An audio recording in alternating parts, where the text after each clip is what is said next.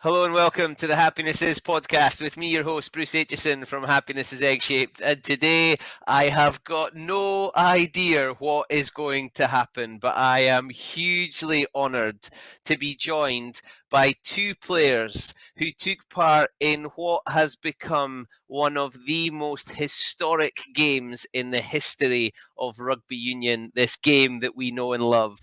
Many moons ago, on the 13th of June 1982, in the Dutch city of Utrecht, the first Women's International took place between the Netherlands and the visiting team France.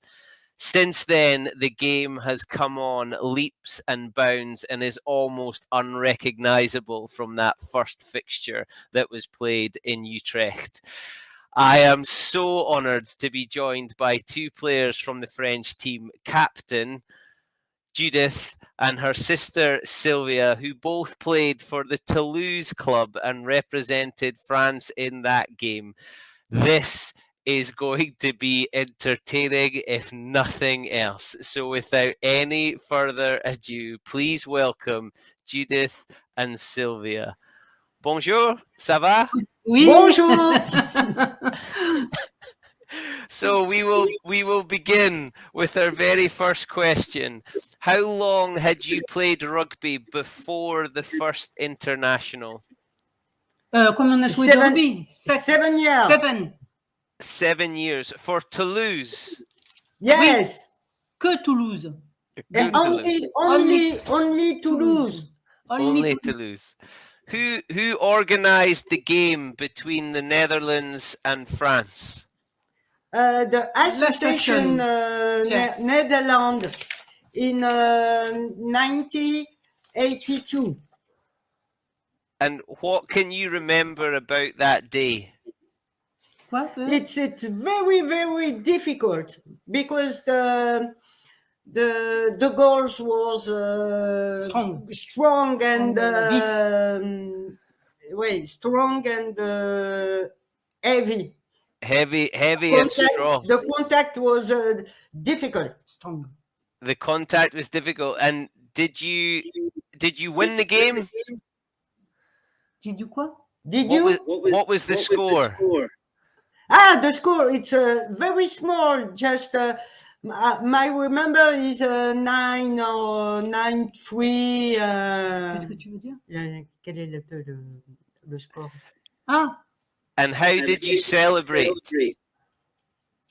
Did you say? If you? After the game, how did you celebrate? Oh, yes. Well, very well with beer. We have danced. Ah oui, we have danced. Troisième mi-temps. Je fruit mi-temps. We call the free half-time. No. The third half. We dance together. We dance together. We drink and voilà. Yes, Voilà. good remember. Did you realize how important this game was in the history of rugby? Tu as l'impression que c'était un jour important pour le rugby?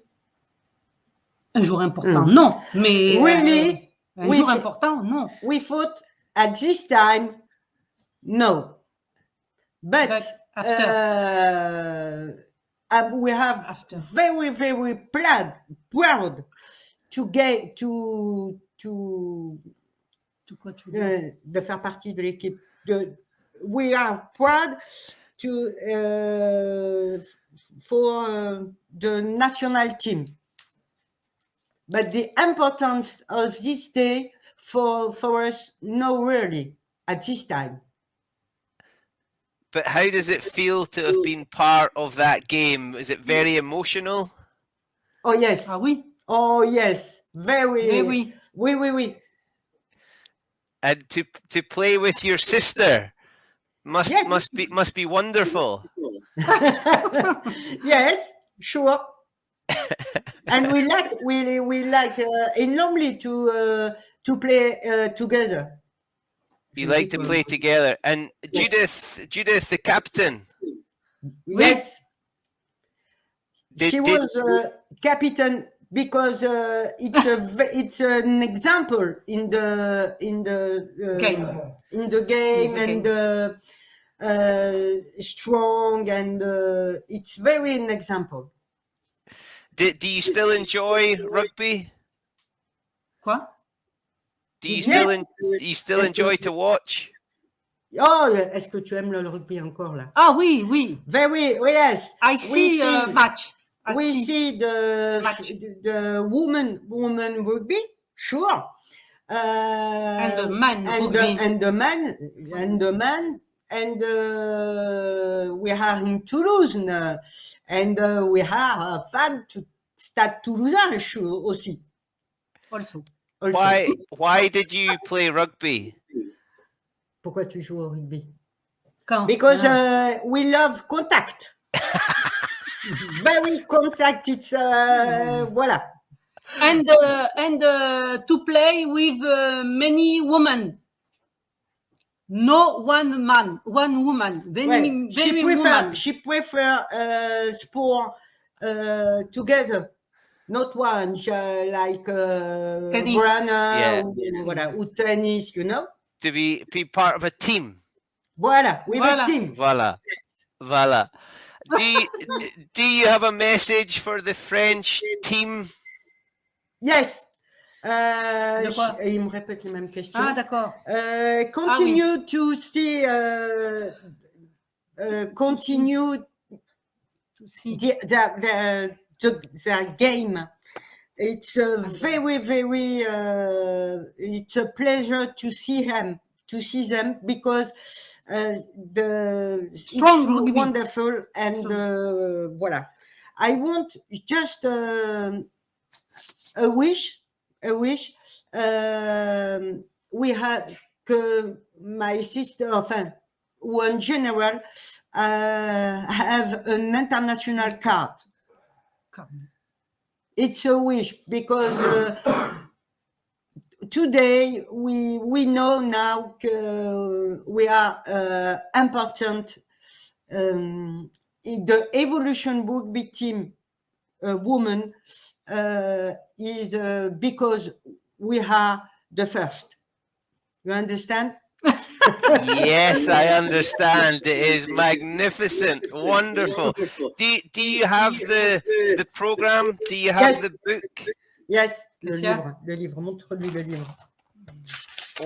What an amazing thing to have the program from that day, and you both have your name, number 7, number 9.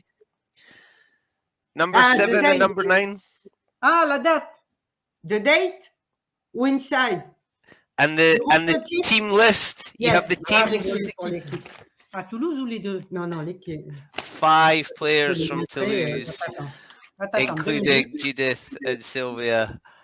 It is absolutely wonderful. And they all have the autographs. Yes, oui, always signature. Is the composition France, and behind you have the and the Dutch team in the Netherlands. The Dutch team as well. What an amazing thing. I absolutely love it. Judith, Sylvia, thank you so much. It has been wonderful to talk to you. This has been the most challenging podcast I've ever had, but I've loved it. Thank you. Thank you. Merci beaucoup. Merci. Goodbye. Goodbye. History makers, absolute legends. I now want to go and visit Toulouse to see Sylvia and Judith in the flesh, and I want to go for beer and dancing to celebrate. What a historic occasion in the city of Utrecht. What a bunch of characters. Can you imagine being on the bus from Toulouse to Utrecht with those absolute rugby lovers? Let's be polite, rugby lovers. They had to love it to do what they did, but they were smashing a glass ceiling that the players we now watch in the Six Nations are beginning to enjoy the fruits of their labour and how it all began. If you've enjoyed it, you can listen on Apple and Spotify. You can watch, please do watch, on Facebook and YouTube. You've no idea the rehearsal that took to get 10 minutes worth of a podcast and a video, but I have absolutely absolutely loved it. In the meantime, my name is Bruce Aitchison from the Happiness Is podcast, and my happiness is egg-shaped, and I would love to be in Utrecht to celebrate the 40th anniversary of that first international. Congratulations to Judith and Sylvie on winning that game, and I hope they are there for beer and celebrations. Stay safe, and I look forward to speaking to you all again very, very soon. Hello and welcome to the Happiness Is podcast with me, your host, Bruce Aitchison from Happiness Is Egg-Shaped, and we are touching on history in today's podcast. I am absolutely delighted to be part of this build-up to the 40th anniversary of the very first women's international game between the Netherlands and France, and I am joined by the captain of the Dutch team today, Liza. I am so excited to get into this conversation. What a monumental event that was 40 years ago. And those players were playing because they wanted to play a game of rugby. They had no idea that they were the first. They had no idea the legacy that they were starting off with that first game in Utrecht, the city in Holland. I am really excited to hear all about the build-up, the day, and what happened next. So without any waste of time, please welcome the Dutch captain and prop forward, believe it or not, Liza. Hello, Liza. Hello, Bruce. How are you? I am very well. Welcome to the podcast. I feel very honoured to speak to someone who has played such a huge role in the game of rugby. Thank you, Bruce. How does it feel to be part of something that was the very first event? Well, it was only recently that I realized it was such an important event. At that time, we were not aware that this was, let's say, the first international rugby game. We from the Netherlands, we just thought, well, we need to play an interland and an international game, and that's how it happened. I think so many people are surprised to know that the very first international happened in a country like the Netherlands that is not very well known for rugby, but you were obviously very enthusiastic about the game. Oh, yes, we were. Oh, very much. Yes. And yes, we also at that time there was no women rugby in the Netherlands, and we did a lot of work to get women playing rugby, and that is basically what we did, and I think that it was the strength also of our let's say our local team and local club, that we wanted to play. But if you want to play, you need other teams, and if there are no other teams, you have to get them on the field. You have to get the other clubs also into the women's rugby. So why did you begin rugby? If there was no rugby there, what made you want to play the game? Oh, well, our boyfriends. Yes, at that time we were students at the university in Wageningen in the Netherlands, and friends of us, they played rugby, and they wanted. There was an fifth year anniversary of the rugby club, what we call it, and they wanted to do something special, so they thought, let's organize a women's game. That's fun. Eh? That's a good. That's what everybody will like, and they invited all their girlfriends, and the girlfriends they invited their friends, and that's how they organized a women's team. And you all had experience in sport, and then you get put into this game where you're crashing into each other, you're tackling, you're scrummaging. Did you love the contact part of the game? Oh, yes, yes. And already from the beginning, the the fact that in a rugby team there's place for everyone.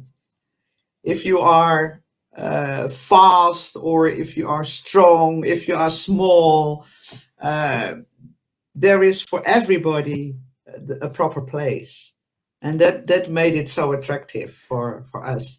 Well, I was playing basketball, but in fact I was too small. Yeah, so although I played it and I liked it, but in fact I was not that tall as it should be. So, So but in a rugby team, I found my place. you then, how long did you play before 1982 when this game came around? How long had you been playing rugby? I think about 7 years. 7 years, yes. From the start of this, let's say, of this fun game that we played with our club, yes. And you'd already been to France to play some games, is that correct? Oh yeah, yes. We went several times to France to play tournaments. Yes, this was always great fun, of course. Always, yes. So who We- organised this game to be an international? Whose idea was it to play as the Netherlands? I'm not very sure whose idea it was. I think it was just the time, and at that time we also tried to become organized within the Dutch Rugby Union, and that was of course very difficult. They in the beginning they did not consider us serious. No, they were not really interested in women's rugby, except for few people within the union, and one of them is Bert Bode, and he really, he was the one within the rugby union who really supported us, and we were not an officially we were not allowed within the rugby union, but there was created especially for us a a committee. What did they call it? But it was a committee, but it was not formally part of the union. But okay, there was some women rugby committee, and with Bert Bode we had a lot of contact also to get organized, of course, a national kind of national competition, and I think from that it was logic also to organize something with France. And what can you remember about that day on the 13th of June to represent your country in this game that you'd fallen in love with against France? What can you remember from that day?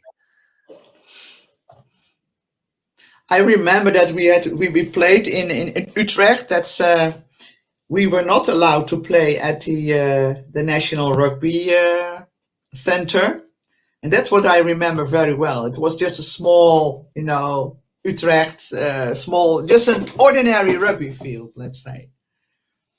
And I did not like that very much. I found it a bit, well, it should be a bit better. Which should have been the National Rugby Center, but they did not want to do that because that was for the rugby union still one step too far.